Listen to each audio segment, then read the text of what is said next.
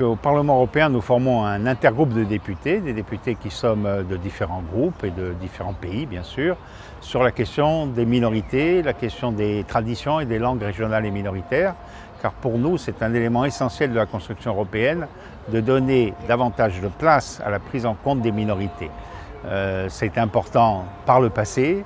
L'histoire de l'Europe est une histoire tragique où cette question-là a souvent été malmenée et a expliqué beaucoup des crises politiques que l'Europe a traversées. Et l'Europe qui se construit doit être très inclusive, elle doit permettre à chaque culture d'exister. Et c'est d'ailleurs son intérêt, puisque chaque fois qu'une culture s'exprime, c'est la culture européenne en général qui est mieux représentée et mieux développée. Il y a un élargissement de l'Europe qui est en cours, en direction des Balkans et en direction de l'Ukraine demain ou de la Moldavie.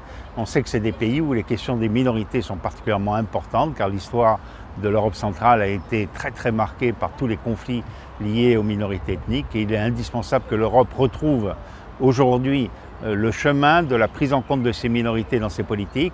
Malheureusement, les États aujourd'hui occupent l'essentiel des politiques européennes. Il faut revenir à des politiques européennes beaucoup plus tournées vers les entités subétatiques, les régions et tous ceux qui représentent des peuples différents, mais des peuples qui sont essentiels à la construction de l'Europe.